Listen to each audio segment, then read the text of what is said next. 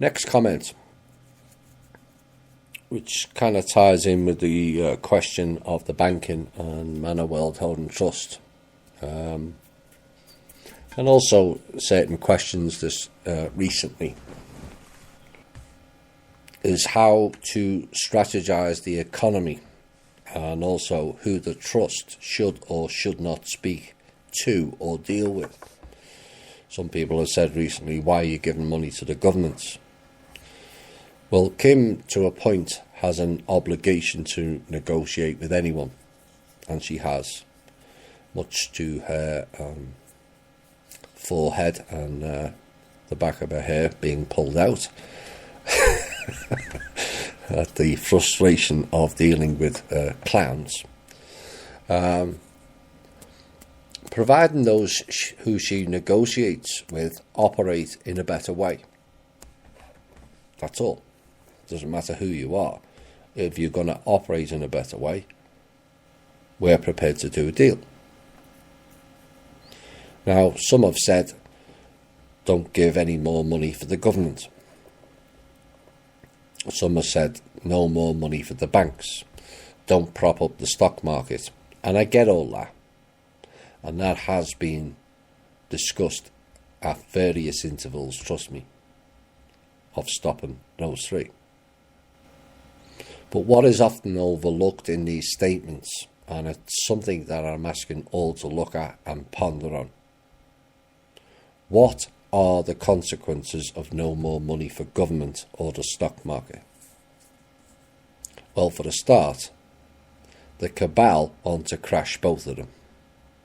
So that's a predicament in and of itself, is it not? It's what they want. The complete financial destruction of America. Although certain people within our government are doing that for them currently due to lack of actions that were promised to be undertaken and haven't to date. Now, my questions back is to the people who say these statements is, do you have a viable alternative to that choice? Now, you may think you do, but you don't.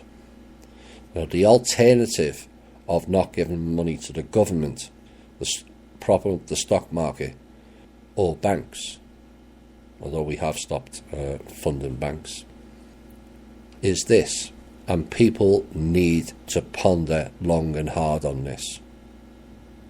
No money for the government.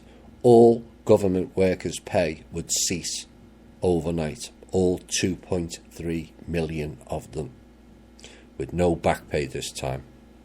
The government would shut down again. All agencies would quickly run out of money. All the banks would quickly run out of money. And if banks run out of money, who is paying your payroll? Think about that.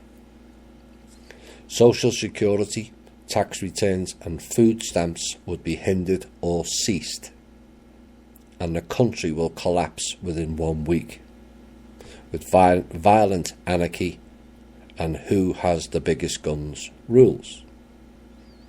Then they will roll out something else they have been trying to implement since Jade Helm, martial law. These are not fear tactics. These are the real facts based on our knowledge, not supposition.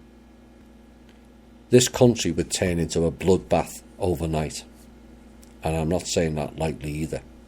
This country and its people have been pampered to when taken in comparison to most other countries. How will the pampered and those who hand over their own power, personal responsibility and sovereignty to the government react? Well, the governments have to fix it, only to realise finally the government in this country runs nothing. Oops. Who did they go to then to fix the problems? Those solutions are a last resort solution only, and not to be taken as lightly as some have suggested. That's a lack of real thinking. All actions have a consequence, and too many have forgotten that future thinking mode. If this happens, what will happen as a consequence next? The problem is not them per se, it's the people as a collective. The cabal all work together and stick to the plan. We create plans and someone else always wants to come in and change them for their own importance, or it makes them more prevalent, or other people riding off the backs of others. It's all ego-based thinking and not conducive to a collective movement. The alt media is a classic example. Instead of all focusing on the massive waste of our tax dollars, or why our tax dollars are actually illegal, or why we've got no constitution, no military, or no rights, they focus on FISA documents, politicians' affairs, flat earth, RV payouts, and other piles of excrement.